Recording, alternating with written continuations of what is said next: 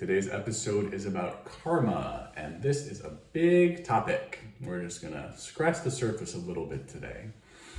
The first thing I wanted to talk about was how karma is perceived in Western culture, specifically American culture is what I'm thinking of. There's a few phrases that we associate with karma. What goes around comes around. We have karma as a bitch. A lot of times it's sort of thrown about in a negative as a threat. Oh, karma's gonna get you. And that's when if somebody's about to do something bad, we're saying don't do that because it's gonna come back to you. And I think there's also a kind of a simplistic idea of, I did something good and then I got something right away. Maybe, that could be possible. But there's also a broader context in which we can look at karma. In Eastern, particularly in Japan, when you talk about karma, it is usually in a negative sense, and people will refer to family as karma. So we have the men in my family die young. The women in my family tend to be ill. Those could say, I have that karma, usually meaning a negative karma. But karma can be passed down, it can be inherited, you can create it.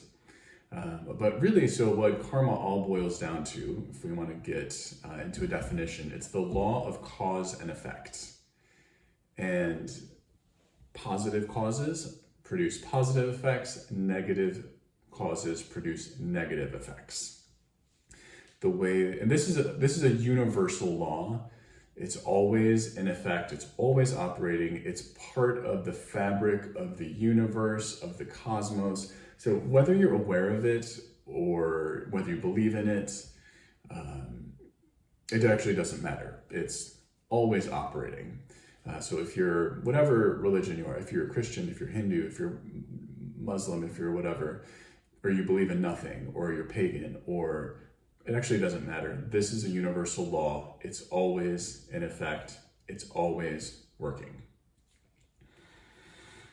So now, how is karma created? Well, it is created through body, mouth, and mind. So you have your actions, speech, and thoughts. You can choose to use these in a positive way or a negative way. Your karma can also be inherited from your ancestors, from your past lives. It can be considered a sort of spiritual DNA. That's another way to think about it. And if we wanted to get into a very simple way of talking about it, we could look at our actions and speech too. These are the easy ones. Thoughts are kind of the hard one. So your actions are pretty easy to determine, right? You have this physical body, you're born into it, and you can use this body to do things that will generate positive karma or negative karma. What things would generate positive karma? Helping other people, doing something good for other people. Things focused on yourself to benefit yourself are not generally thought of as bringing about positive karma. So in general, when you're doing good things that benefit other people, that is sure to be positive karma. And an example of that might be making a meal for someone. It could be very simple. Maybe you washed your car for someone. You decided to cut your neighbor's grass. It can be small, it can be big, it can really be almost anything.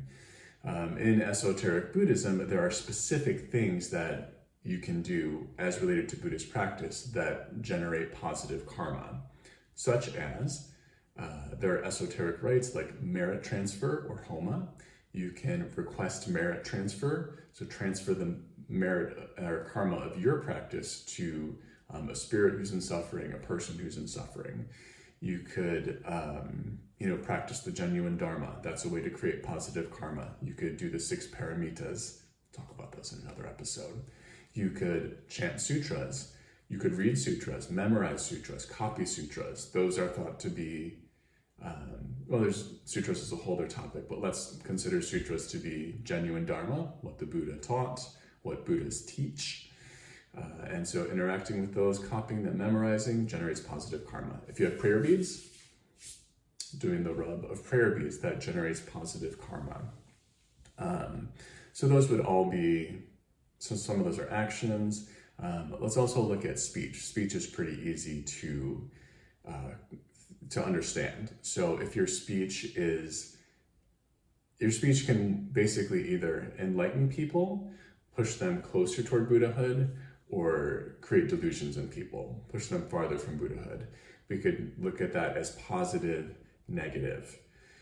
Sometimes positive and negative is not always clear cut, but most people have an idea of, if my words are building other people up, we would think of those as positive. If you're tearing other people down, that would be negative. So that's a way that we can think of speech. Thoughts are much trickier. So hopefully you watched episode 1 about what is the mind, those 8 layers. This is referring to what's happening in your conscious mind and also your karma consciousness to some extent.